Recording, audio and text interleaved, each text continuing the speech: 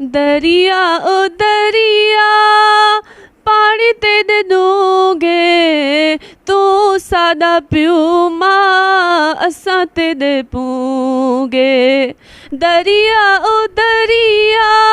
धुप तेरी तिखड़ी बेड़िए च लंघ गई उमरां दी निखड़ी दरिया ओ दरिया।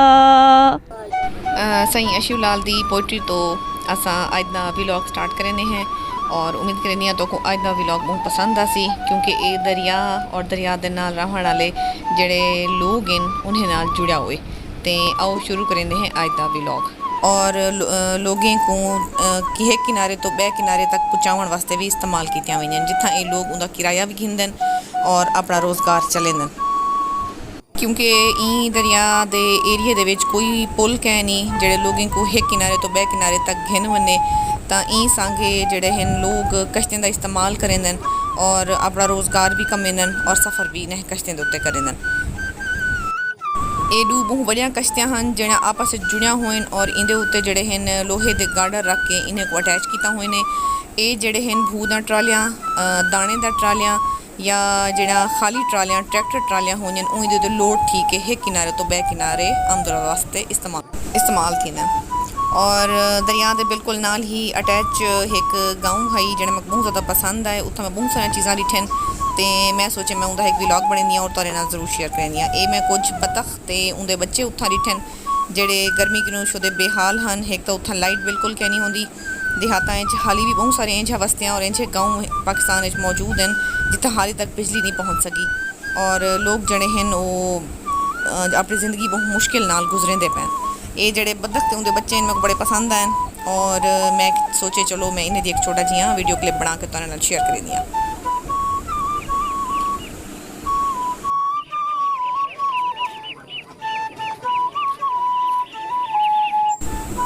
गाँव में ज़्यादातर जड़े हैं लोग घर की मिर्च इस्तेमाल करेंदन और आप ही रहेंदन रहा के जड़ी मिर्च लाल थी गई उको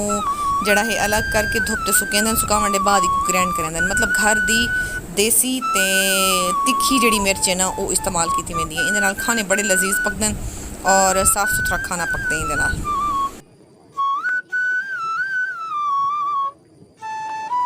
इवें ही मैं कमरे दे तो को अंदर दे जड़े हैं थोड़े जे हाल हवीला तो मैं रहंदी हाँ ये बिल्कुल एक कच्चा कमरा है देहाती जिंदगी का जड़ा एक अकासी करेंदे जिथा तुसा देखो एक खटड़ा पै थी इंदी बिल्कुल कच्चा चार दीवारी इंदी कच्ची इंदी छत पतलें दी पाती हुई है और गार्डर वगैरह इंदे उत्ते लगे हुए हैं उनके अलावा घर जड़ा सामान मौजूद है वो तो को नज़र आता पै ये सामने जड़ा तो को सामने बाल्टी नज़र आती पी ये इन्हीं छोटी अलमारी के तौर पर इस्तेमाल थी इतना जड़ा है ये मतलब कुरान पाक रखेंदे और कुछ ज़रूरत का सामान भी इतना रखेंदे और ये जड़ा है इवें समझो कुल असासा होंगे पेटी और ट्रंक दा जिंदे विच अपने कीमती चीज़ा रखेंदे पर ये झाड़ू बिल्कुल कह नहीं इहदे नाल ये वाण बनेंदन इंदा मैं थोड़ा जिहा तो को तरीका भी दस देनी हाँ एक पहले जड़ा है एक लकड़ी दे इवें समझो एक डंडके नाल इको कुटेसन इको बिल्कुल पतला पतला रेशे वाली कार करेसन और एक नाल नाल इहदे थोड़ा थोड़ा पानी छड़ के इको चंगी तरह में प्रेस करेंदन पहले और ये काफ़ी जड़ा है मेहनत तलब काम है जड़ा घर खवातीन बैठा हुई वो इहो काम ज़्यादातर करेंदन क्योंकि उन्हें दी रोज़ी रोटी इहदे नाल वाबस्ता है।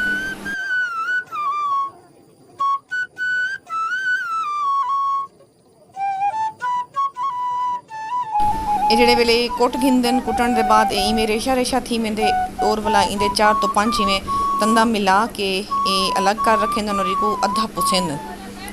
ये तो नज़र आता पिया उसी अद्धे एक साइड तो पुसा हुए बे पासों खुश के और बिल्कुल ही ज़रा ज़रा काट छुड़ेंदन ना और इवें ही इंदे 4 तो 5 जड़े तिनके अलग थे पैन और चाह के और इवें वटेंदन और ये वटेंदे वेसन और ये वाण बनता आसी ये बड़ा मजबूत वाण होंदे और 4 तो 5 साल एक खटड़ा आराम नाल तग वेंदे बड़ा ज़बरदस्त वाण है सूती वाण होंदे और ये चुभदा भी बिल्कुल कह नहीं और इंसान इहदे तो सकून दा सम सकदे। देहात खवातीन भी तो कोई काम नहीं कर सकते लेकिन घर बैठे हुए ये वाला काम आसानी कर सकते हैं और इन्हें को इन्हें मुआवजा भी मिलते और वो वाला अपने ज़रूरत का चीज़ा अपने बाले वास्ते या अपने वास्ते घिंदन और अपना खर्चा चलेंगे। ये मैं तो को लिखी हाँ ये नाल वटेंदे वेंदन और ये वटा होया वाण है जड़ा नाल मुकम्मल थींदा आंदे ਇਹਦੇ ਬਾਅਦ ਜਿਹੜਾ ਹੈ ਇਹ ਇੱਕ ਅਮਾ ਉੱਥੇ ਬੈਠੇ ਹਨ थे ਉਹ ਵੀ ਇਹੋ ਕੰਮ ਕਰਦੇ ਹਨ। अम्मा नाल बल्कि बड़ी मिल के बड़ी खुशी थी मैं को, और मैं कि चलो तुस अम्मा जी इवें इहो जड़ा कारोबार करेंदे वे मैं को करके दिखाओ ताकि मैं बहुत सारे लोगों तक को तो दिखावा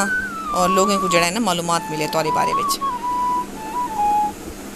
उन्हें तरीका दसे कि भाई ये वटना किवें है। और इको वाला 2 दिवारा तक धोपते सुकेंदन। ये मतलब 4 दीवारी जी घर की होंगी है या कमरे की जी दीवार है उहदे उत्ते सुकदा रह वेंदे और ये 2 डेह तक सुकते। सुकण के बाद जड़ा है इको वाला लच्छे च करके पिछे जड़ा है वाण खटड़े वाण वास्ते तैयार थी वेंदे। उम्मीद है तो अज का व्लॉग पसंद आया उसी। मेरे चैनल को ज़रूर सब्सक्राइब कराए और बेल आइकन को भी ज़रूर क्लिक कराए ताकि मेरे आने वाले तमाम वीडियोज़ तो को मिल सकें, और मेरे वीडियोज़ को लाइक और शेयर भी ज़रूर कराए। बहुत शुक्रगुजार हाँ मैं तुहाडी। शुक्रिया। अल्लाह हाफिज़।